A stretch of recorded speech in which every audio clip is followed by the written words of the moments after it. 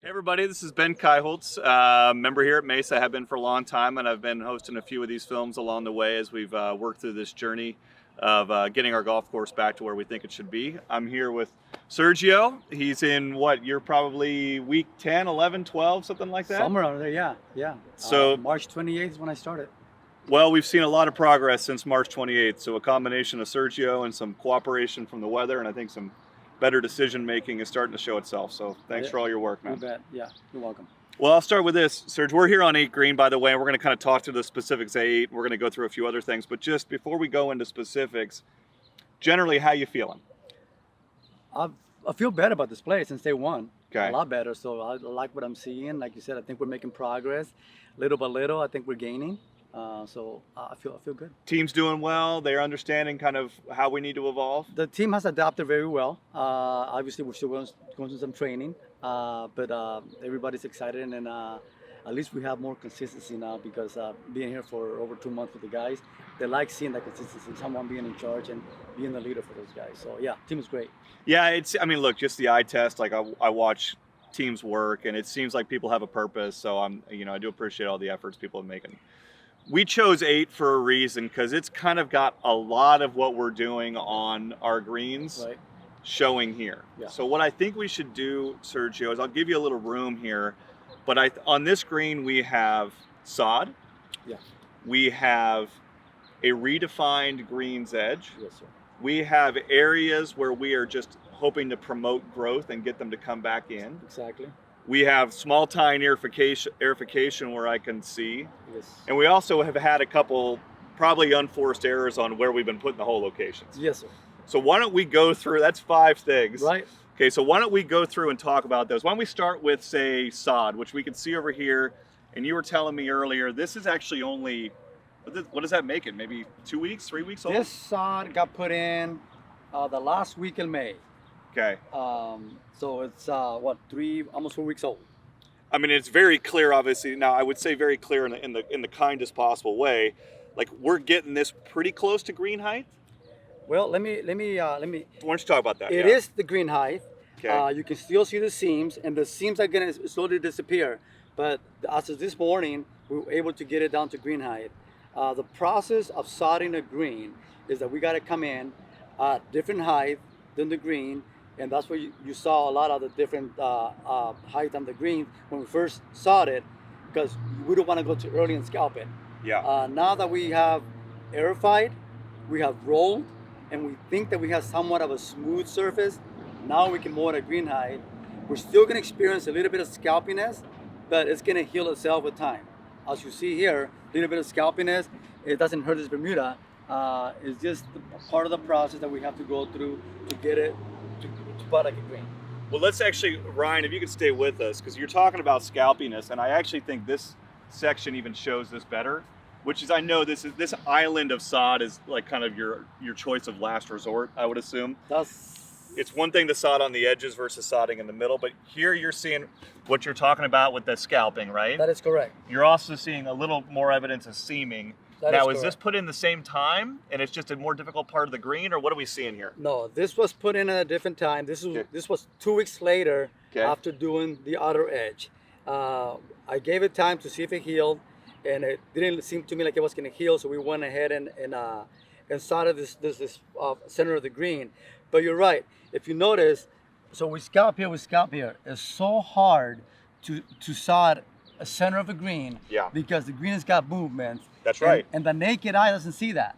So and let me go. That's why I'm being patient with number 1 green. Okay. I'm waiting on 1 green because I believe that's going to heal on its own. I don't want to go in the center of the green and create this kind of scalping because there's a lot more on 1 green than there is here on 8. Here we can grow the sand, not a problem. This scalping is gonna heal. Okay. So this is what we will get if I go in on the center number 1. It will be hard for us to level it. Well, this is good. So let's talk about just quickly on the strategy as I understand it. So obviously 3, we're on temp green. You've already put sod down. We're already seeing progress on that sod. Yes. And our expectation is that when we reopen after aerification, we'll have our 3rd green back as normal. The temporary green will go away. Correct? That is correct. That is the plan. As what we're seeing right now with that green, as soon as we shut her down and we started mowing every other day, we saw improvements. The sod went in beautifully. It was a bit of a surgical call because we cut some areas out, we let some sod in, and we were kind of questioning what we were doing there. But it turned out to be really good because now the whole green is uniform. Yeah. It's really filling in. So the way that it looks right now, it looks like we're going to be ready to open after aerification. You're right. And then our choice was a little different on 1. I mean, a lot of times we've been grouping 1 and 3 and saying, hey, look, those are 2 that we know had major concerns. You were seeing enough signs of optimism on 1. So a combination of some better root growth, some better emergence of plants, and just honestly the idea that you didn't want to do an island of sod there is making us fight for hole 1, right? So we are not going to go to a temp green on 1.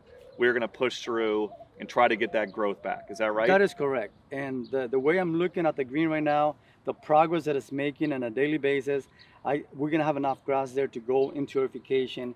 Coming out of aerification, I think we're going to be back to normal green again. Okay, that is good news. And look, it's a bummer because you get both the kind of bad kicks and the tough putts there, but you also do see signs of growth. So I certainly can understand kind of how we got to that spot.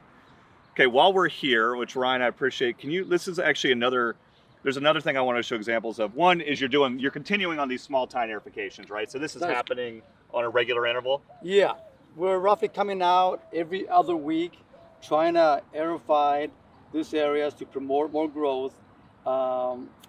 This is a perfect example where we're still kind of thin, but we have enough Bermuda here that it's gonna fill on its own. It's gonna start connecting, right? Yes, that's correct. Now, normally what you'd do is you'd start to top dress into this, right? Yes. You tried to level this out, and I know we've had an issue with soil compaction, which, by the way, we're going to talk about is related to fairways in a second. So are we just saying, hey, look, let's just err on the side of giving the soil more room to breathe and not do a lot of top dressing right now? Or what are our thoughts about spaces like this where we have a really clear difference in height? You're pretty good. Okay. That's exactly it. Okay. So we are trying to give this area time by poking holes. We're allowing oxygen to flow into the profile to promote Bermuda growth. Once we get enough grass and those seams, we're going to be able to top dress to smooth it out. And actually up here, and Ryan, sorry to make you move, we're actually seeing a bunch of spots where that's kind of working, right? Like this did not used to look like this. This used to look pretty much like dirt. It did not. It was yeah. All the Bermuda you see in here, you see the color between here and here. Yes, sir. Here we got pull trip. Here we got all Bermuda. And these crevices, these holes we have here, they were just as deep as the last area we were looking at. And you can see it's lifting itself up to the surface because now we got root mass helping. So when we get enough Bermuda encroachment, there'll be less of a hole for us to fill with sand. And again, just trying to bring it back to a smooth surface. So Serge, we're trying to be sensitive to play because we're out here on a Wednesday morning this time and we've got people coming through. Yeah. But before we leave 8 green, there were 2 other things we want to chat about, which is one, basically, it looks like you're redefining the green's edge here, which is bringing it out, and then actually on the other side, you're bringing it in a little bit. So do you want to just talk about what we're doing there? Yeah, so I'm just looking at the whole green complex. I believe the green needs to be out this far at one point. So I'm just redefining the edges. And some of the edges along the bunkers, we come out too far, where it's not allowing our mowers to come and get a nice through cut with big units. So we're trying to bring in the green where it used to be. We'll try to bring it out where it used to be so we can better mow and do a better job of striping and mowing cleaner in the future. Sergio, there was a couple other things we wanted to make sure we touched on. One, here's an example of where I think we were probably hopeful that we might see a little more growth through here, but you're ultimately probably going to bring more sod in, right, on something like this? That's correct, yeah. All right, and then the other thing we wanted to show, which is feedback you've gotten and you're working with your team on, is today's whole location on 8 is a really good example of what we want to do, right? You've basically got 360-degree coverage. We're in a good spot of the green, right? Right. Now, I think you've been working with your team because we've had a couple where we've been utilizing the front third, which you are basically saying, hey, look, that is spot non gratis moving forward, right? Right. That's been the message for the greens that are hurting. They got sore spots. Is try to away from those areas. But it's work in progress. We're training our staff. Some of our staff we're just lacking a little bit of direction. So this is all it is just a little more training. Yeah, putting a pin up front is kind of silly because we got the whole half of the green upper half that's okay. Yeah, yeah. So yeah, that's just a matter of training. All right, so let's do this. That's a really good story, I think, of the greens. We were able to touch on hole 1, which again, our plan is that we're going to let that heal with some support from you, Yes. but we don't think we're going to need to do a wholesale resod there. Right. 3, obviously, we're expecting to reintroduce after aerification, that's July, what is it, 6th through 8th or something? July the 10th will be in that, yeah, so we'll open on that Saturday. Yeah, which I think that's the 10th, right? Yeah, the 10th, yeah. All right, that's perfect. Let's talk about a couple other things that are not Yeah. necessarily greens related that I think are also important for people to understand. So we're going to take a little break and we're going to go over to, basically we're going to spend a little time on 9. Is that right? Yeah. All right, Sounds thanks, good. man. Yeah. All right, so switching from greens, I mean, the other thing we obviously consider here is the overall aesthetic of the golf course. And look, I mean, we're in the grass growing business. Right. So we're standing on 9, basically right past the curve off the tee box, and we're seeing a spot where we also see this on like 4 and on 13, and I'm probably forgetting a couple spots. Well, put it this way, all entry points. Well, that narrows it down. So we're standing here. So why don't you talk me through what we're seeing and your take on why we're seeing it and why maybe we're going to try some different techniques. Yeah. Well, what we're seeing here is just Bermuda, like a Bermuda. We're not filling in. And this is an area that did not get overseeded. So you would think we have Bermuda. When what happens is, it's all related to traffic. It's all related to compaction. You can see where someone tried to start here before, because you can see the old sod Yeah, netting. Absolutely. So Look at me getting air in that soil. There we go. sodding is not always the answer. So an area like this is I would ask that when we identify these thin areas, I think if we can just kindly drive around these areas, just redirect traffic, would help this area heal a little quicker. It's probably gonna take me all summer long to try to get some grass in here, but the more we drive on it, the longer it's gonna take me to get it to heal. Look, I'll say it if you can't, man. I mean, we all got eyes. So when we should be actively working to make sure we are staying away from these high traffic, basically like mud spots, right? I mean, it's clear this is just car traffic. You can almost follow the tires right off, right? Right. And walkers too, right? I'm a walker and I'm not excusing myself either. Now, there is always a rope versus no rope discussion, and we don't like the look of roping, and you're going to keep evaluating what you need to do or not do, but ultimately we have to ask the members to kind of play their part. Because I think what you're holding in your hand is the end result of basically traffic and repeated compaction, right? Like that's not a rock. No, this is our native soil. This is what we have in our profile for a soil. So what happens, I took a little bit of soil when we dug up a mainline number 11. I just kind of mush it together, not so hardly, and I let it sit. This is 2 weeks old, and it's hard as a rock. So it's compacted pretty well. So when we run traffic over a thin area of grass, it compacts just as hard as this. So it's very hard to get water penetrating through this rock. Basically, it's a rock now. So well, it keeps getting worse, right? Because basically, like, roots actually provide a little break among that soil, right? If that had a root system in it, it would have ways for air to get in there and all those things. And so when you start to lose those, it just keeps getting worse and worse and harder and denser, right? that is exactly it. Okay. Yeah. So we got to reverse that trend. So my hunch is over the course of the next few weeks, I mean, you're probably going to, I mean, I know you're aerifying a bunch of spots. This is probably one of those going to get the aerifier. Yes. And we're going to keep encouraging people to stay off of this. Yeah. I mean, yeah, when this area is identified as we see them, okay, and I tell my staff, is go around it, drive around it, because it's only going to make our job easier. Our job is hard enough as it is with the types of soils we're dealing with. And roping is not my cup of tea. I hate roping. Yep. It creates a lot of work for our staff, but when it comes down to it, we may have to go to roping, but I'm trying to avoid it. So I think if we all do our part, we may be able to make some progress here.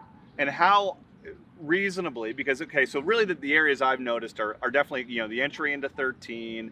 We see it a little bit on the right side of 8. We have areas that are kind of worse and better as it relates to this. How optimistic can we be? Like by the end of the summer, if we all cooperate, like can we have the kind of coverage that's on the other side of the path on this side of the path? That is a good question.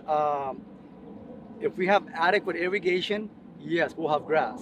Where we're hurting for moisture, it's going to take more doing. But this is obviously an area that gets plenty of water. So yeah, an area like this, it will have grass bed in the summer. Okay, that's fair answer. Fair answer. Okay. By the way, before we go to 9 green, which is our last stop, and I want to be judicious with time. Irrigation. I understand there's a kind of a bigger argument about the fundamental system. Are we at a spot where you're feeling confident we're getting the best we can out of the current resources we have in place? Like, have you reset all the calibrations, tested all the heads, all those things? We have done some pump work. Okay. Now that all the pumps are working with the capacity they possibly can, so we have adequate water. Okay. Good enough to make this place a little greener. Our water distribution is a little better. Our water pressure is a lot better, but we're still restrained with the watering window. Okay. This time of year, golf courses with 90 acres, they're putting out about 1 million gallons of water per night. And this pump station only allows me to put 700,000 gallons a night. Okay. So I have to make up the remainder of the 1 million. And remember, we're dealing with 120 acres, not 90 acres. So it's a bit more of 1 million. So if you see water during the day, we're watering because we're making up for the 1 million that we didn't put it overnight. So we're trying to get it down, whether it's in the morning or in the afternoon. So we're basically playing a bit of perpetual catch up. Now that is, look, our system can just only take in and put out that much water, or there is a, like, what's the limiting factor between the, say, 1.1 or 1.2 you'd ideally like to have and the 700 we're putting out right now? Yeah, well, the issue is with the mainline restraint. We only got a mainline that can carry so much water. Okay. Throughout the golf course. So our watering window right now is 7.5 hours just to get enough water to keep the plant alive. And we'll do our part to try to make up the areas where we're not getting sufficient water to make up for the other 300,000 that we're lacking per night. And look, this is a super simplification, and this, I don't want to go into a whole other discussion about the master plan for the course and stuff, but basically, like, you're describing a main line that's like this. A more contemporary irrigation is going to have a main line that's more like this, right? It's going to be just bring more water in overall. Yeah, so main line, the adequate main line coming out of pump station should be a 12-inch. We're down to an 8-inch. Okay. That's the difference. Well, that's easy math. But I think that we have enough pressure, enough water distribution. We can definitely make this place better with what we got right now. I appreciate you saying that. Okay, let's make one last stop on 9 green, because I know you're doing some really specific work there that people are going to notice. Yeah. Okay, thanks, man. Yeah. All right, Sergio, we're here on 9, which this is, you know, we've actually got a lot of moving parts here. So why don't we go one part at a time, which is the first part. I think we have to recognize the considerable progress basically in the areas where we're standing. I mean, if you look at front center here, if you look at front left, and if you look at basically that back part of that green, you can still see some edge issues, but mostly this green is a good example of recovery. Is that right? I agree, yes. And you were showing me earlier that we're actually seeing exactly what you want to see, starting to see that Bermuda really connecting in, and that's a good sign. Yes, we have stolen production. I mean, the Bermuda's growing and slowly healing itself and netting on the thin areas. So it's a very good sign. Okay. We also are seeing, which I think for those of you who have endured these other films, we used to be able to stick our finger under the old sod there and just pull it up like this without any problem. You're actually getting the connection to the actual soil base that you want along that old sod line that was pre-you, right? That is correct. And that's good, because you got to get that to a single level, or we're always going to have that scalping issue over and over and over again. Correct. Now, Ryan, you can see, and I think you can show that you're seeing basically a set of dash yellow lines that's redefining that for some interim period, this is the green, right? You are instructing your team that this is where we cut holes. Scott's working, we're working with Scott to figure out how this is marked, either ground and repair, Is it relief for drop? Like that's what's under discussion right now, right? That is correct. That is And correct. because what you want to see happen, explain to me what basically we're going to be doing in here during that period. Okay, so this sore area, we're gonna treat it special. We're gonna try to mow it every other day. Okay. So we're gonna lose the green height. Doesn't create a good putting surface. We want to keep traffic off it, so we stop the compaction, and that's gonna give us more stolen productions, which it'll allow the green to heal faster, and then we'll watch it in 2 weeks, see where it's at. We are gonna bring in some more sod, and the bigger bald areas we're gonna sod. Okay. Finish this off, finish off number 8, and honestly, after getting this done, we'll be done sodding greens. But yeah, the basic idea is just trying to keep mowers off it, traffic off it, and then we'll discuss with Scott, see what he wants to do, how they want to play this out, because we want to keep anybody playing through it or chipping through it, because we want it to heal faster. And by mowing every 3rd day, it's going to allow us the Bermuda to heal and move faster. Yeah, so look, it's TBD. Hopefully by the time that you see this, we might have actually already announced what the plan is specifically, but we would assume this is going to be some version of ground under repair. Players are going to be provided relief either, to a different part of the green or back onto the actual fringe, or Right. something where we are dramatically limiting traffic on this area to promote that growth. Yeah. That all makes sense. Okay? And there is still plenty of hole locations available for our team to use. So, I mean, they're not, Sure. I mean, we eat a lot of front left around here, and we eat a lot of kind of middle right, which Right. is fine, because it's, relative to our greens, it's a big green. All right, so before we finish, Serge, because we're probably at the end of our time, we're seeing progress on the bunkers, Yes. which is really good. We're seeing progress on the practice tee, which is also really good. Yes. We're seeing generally you're feeling better. I'm asking. Yes, I am feeling better. Okay.